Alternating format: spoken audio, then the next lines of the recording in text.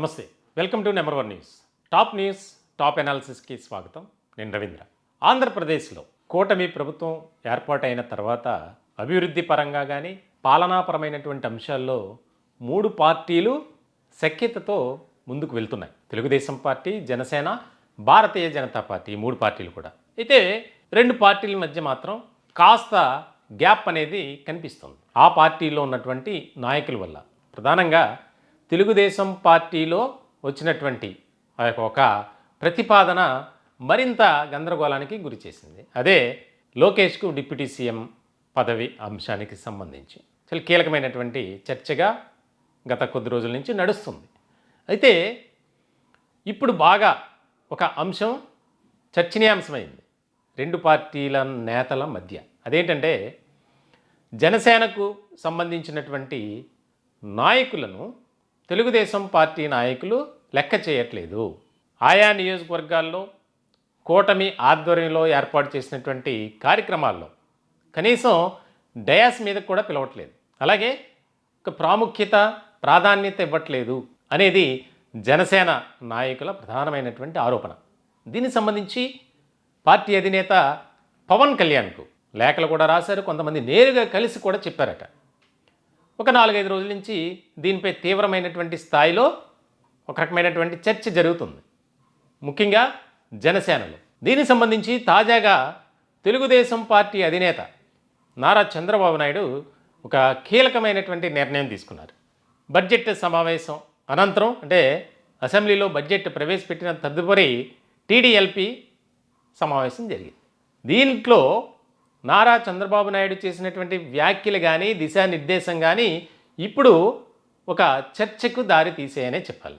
పార్టీలో కొంతమంది క్రమశిక్షణ పాటించట్లేదు.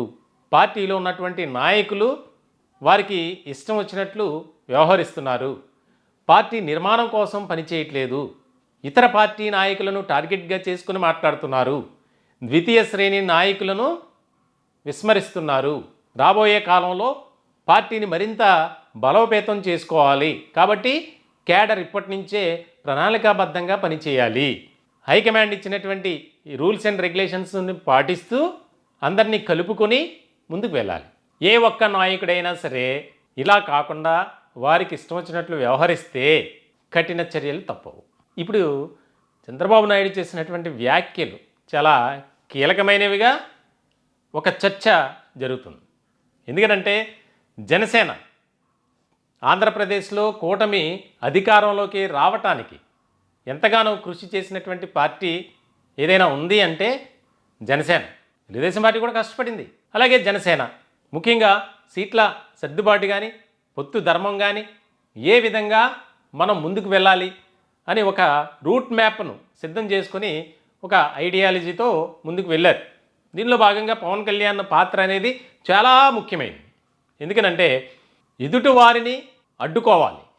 అలాగే 5 ఏళ్ల పాటు రాష్ట్రంలో పరిపాలించినటువంటి జగన్ సర్కార్ ఏ విధమైనటువంటి అవినీతి అక్రమాలకు పాల్పడిందో వాటన్నిటినీ ప్రజలకు వివరిస్తూ ఓటర్లను ఆకర్షించడం ఇక్కడ చాలా ముఖ్యమైనటువంటి పాయింట్గా ఇది మారింది. మనం చూసాం గతంలో నాదెండ్ల మనోహర్ ఇదే పనిగా రోజుకొక డిపార్ట్మెంట్పై ఈ డిపార్ట్మెంట్లో ఈ శాఖలో ఇంత అవినీతి జరిగింది, దీనికి ముఖ్యమంత్రిగా జగన్మోహన్ రెడ్డి గారు సమాధానం చెప్పాలి.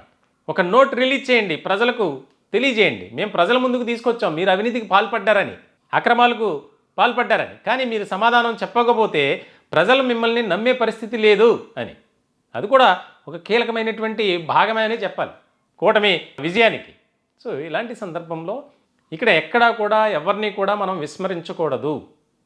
అంటే తెలుగుదేశం పార్టీ నాయకులను ఉద్దేశించి వారు దిశానిర్దేశం చేయాలి, అలాగే ఆయా నియోజకవర్గాల్లో క్యాడర్ని కాపాడుకోవాలి అని చెప్పినప్పటికీ దీని వెనుక ఇదిగో ఇంత మ్యాటర్ ఉంది. కేవలం చంద్రబాబు నాయుడు చెప్పడానికి గల కారణం ఏంటంటే జనసేన నాయకుల్లో అసంతృప్తి ఉంది, వ్యతిరేకత వచ్చింది తెలుగుదేశం పార్టీ అంటే అనేది ఆయనకు కూడా అర్థమైంది అనేది ఇక్కడ మనం అర్థం చేసుకోవాలి బాగా. ఎందుకనంటే ఇప్పుడు చూస్తే ఎలక్షన్స్ లేవు, మరి పార్టీని బలోపేతం చేసుకోవాలి, పార్టీ నిర్మాణంపై దృష్టి పెట్టాలి, పార్టీ క్యాడర్ ఏదైతే ఉందో వారిని అందరినీ కలగొలుపుకొని ముందుకు వెళ్ళాలి అని ఇప్పుడు చెప్పాల్సినటువంటి అవసరం అయితే లేదు. ఎందుకంటే ఇంకా అధికారం చేయబట్టి 1 year కూడా పూర్తి కాల. మరి ఇలాంటి సందర్భంలో ఇలాంటి దిశానిర్దేశం ఎందుకు చేశారు నారా చంద్రబాబు నాయుడు అంటే దీని వెనుక ఇదిగో ఇంత విషయం ఉంది అనేది రాజకీయ వర్గాల్లో జరుగుతున్నటువంటి చర్చ. ఇదేదో మేము కావాలని చెప్తున్నది కాదు. రాష్ట్ర రాజకీయాల్లో జనసేన ఒక అంతర్భాగం, ఒక ముఖ్యమైనటువంటి పాత్ర పోషిస్తుంది రాష్ట్ర రాజకీయాల్లో కానీ, అలాగే ముఖ్యంగా కూటమి ప్రభుత్వంలో. ఇలాంటి సందర్భంలో రానున్నటువంటి రోజుల్లో కూటమిగా కలిసి ఉండాలి, మెలిసి ఉండాలి, మనం ఒక స్నేహపూర్వకమైనటువంటి విధానంలో వెళ్తూ రాజకీయాలు చేస్తూ, మరో పర్యాయం కాదు 3 పర్యాయాలు మనం అధికారంలో ఉండాలి కూటమి అని చెప్పి ఇరు పార్టీల నేతలు మాట్లాడుకుంటున్నారు ఇప్పటికే. సో ఇటువంటి సందర్భంలో కొంత గ్యాప్ అనేది క్రియేట్ అవుతూ వస్తుంది. ఆ గ్యాప్ కూడా క్రియేట్ చేసింది జనసేననో బీజేపీనో కాదు, తెలుగుదేశం పార్టీనే. ఎందుకనంటే ఏదైతే డిప్యూటీ సీఎం అంశం ఉందో లోకేష్కు, దానికి సంబంధించి నారా చంద్రబాబు నాయుడు ముఖ్య అనుచరుడైనటువంటి ఒక తెలుగుదేశం పార్టీ నాయకుడు శ్రీనివాస్ రెడ్డి, కడప జిల్లా, ఆయనే కదా మొదట తీసుకొచ్చినటువంటి అంశం. తర్వాత రకరకాల కొంతమంది నాయకులు మాట్లాడారు. ఇదే అంశాన్ని పట్టుకొని దాదాపుగా ఒక 15 రోజులు లోకేష్కి డిప్యూటీ సీఎం ఇవ్వాలి, లోకేష్కి డిప్యూటీ సీఎం ఇవ్వాలి అని చెప్పి ఎంత రాద్ధాంతం జరిగిందో తెలుసు మనకి. కానీ ఎక్కడా కూడా ఆ అంశానికి సంబంధించి జనసేన నాయకులు కానీ ఎవరు మాట్లాడాల. ఆ పార్టీ అధినేత పవన్ కళ్యాణ్ ఇచ్చినటువంటి దిశానిర్దేశం ప్రకారమే నడుచుకున్నారు తప్ప, ఎక్కడో ఒకరో ఇద్దరో తప్ప మిగతా ఎవరు మాట్లాడాల. సో మరి ఇలాంటి సందర్భంలో తాజాగా చంద్రబాబు నాయుడు చేసినటువంటి ఏవైతే కామెంట్స్ ఉన్నాయో మీ ప్రాంతంలో నాయకులకి చెప్పండి. మీటింగ్స్ సమావేశంలో చెప్పారు, తర్వాత వీడియో కాన్ఫరెన్స్లో కూడా చెప్పినట్టు తెలుస్తుంది పార్టీ వర్గాల ద్వారా. అంటే మన మిత్రపక్షమైనటువంటి జనసేనలో అసంతృప్తి ఉంది, మీరు చేసేటువంటి ఏదైతే ఈ వైఖరి ఉందో, ప్రవర్తన ఉందో, దాని ద్వారా మన పార్టీకి ఇబ్బంది కలిగించేటువంటి అంశంగా మారకూడదు, కాబట్టి మీరు కొద్దిగా అన్నీ తెలుసుకొని పనిచేయండి అని ఒక రకంగా చెప్పాలంటే వార్నింగ్ ఇచ్చినట్లే. ఎందుకనంటే జరుగుతున్నటువంటి పరిస్థితులు అలా ఉన్నాయి. ఉమ్మడి తూర్పుగోదావరి జిల్లాలో ఒక కార్యక్రమంలో అసలు కనీసం ఎక్కడా కూడా జనసేన పేరు కానీ, జనసేన అధ్యక్షుడు పవన్ కళ్యాణ్ పేరు కానీ, అక్కడ స్థానిక నాయకుల పేర్లు కానీ పలకలేదట డయాస్ మీద. దానికి సంబంధించి పెద్ద రాద్ధాంతమైంది. ఇరు పార్టీల నాయకుల మధ్య వాగ్వాదం జరిగింది, ఘర్షణకు దారితీసే పరిస్థితులుగా మారిపోయినాయి అప్పుడు. సో ఇటువంటి భవిష్యత్ కాలంలో పునరావృతం అయితే మనకే నష్టం, అంటే తెలుగుదేశం పార్టీకే నష్టం. కాబట్టి జాగ్రత్తగా ఉండండి, అప్రమత్తతతో మీరు నడుచుకోవాలి, క్యాడర్ని బలోపేతం చేయాలి, ద్వితీయ శ్రేణి నాయకులను కలుపుకొని వెళ్ళాలి. అంటే డైరెక్ట్గా చెప్పినప్పటికీ ఇండైరెక్ట్గా దీని వెనుకంతా భావం కానీ అర్థం కానీ అన్నీ కూడా జనసేనను ఉద్దేశించి. కాబట్టి మీరు వారి జోలికి వెళ్ళొద్దు, మనం మిత్రపక్షంలో భాగం అంతా.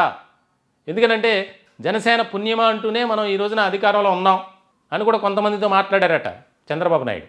అది కూడా వాస్తవమే. ఎందుకంటే పార్టీలో ముఖ్యంగా కూటమి అధికారంలోకి రావడానికి జనసేన చేసినటువంటి కృషి కానీ, జనసేనని పవన్ కళ్యాణ్ పడినటువంటి ఆ తపన కానీ, కృషి కానీ అంతా కూడా తెలిసినటువంటి అంశమే. మరి ఇలాంటి సందర్భంలో అంత చేసినటువంటి వ్యక్తికి సంబంధించినటువంటి మనుషులను, పార్టీని ఎలా విస్మరిస్తారు అని ఇండైరెక్ట్గా వార్నింగ్ ఇచ్చినటువంటి సందర్భం. మొత్తానికైతే పొలిటికల్ సర్కిల్లో ఒక ఆసక్తికరమైనటువంటి చర్చ జరుగుతుంది ఈ అంశానికి సంబంధించి. సాధారణంగా చాలా వ్యూహాత్మకంగా చంద్రబాబు నాయుడు అడుగులు వేస్తారు, కానీ ఇక్కడ దాన్ని బ్రేక్ చేయడానికి ఈ రకమైనటువంటి వ్యాఖ్యలు చేశారనేది బాగా వినిపిస్తుంది. ఈ టాపిక్పై మీ విలువైనటువంటి అభిప్రాయాలు, సలహాలు, సూచనలు కామెంట్ రూపంలో తెలియజేయండి. దయచేసి మా ఛానల్ని సబ్స్క్రైబ్ చేసుకోండి. Thank you.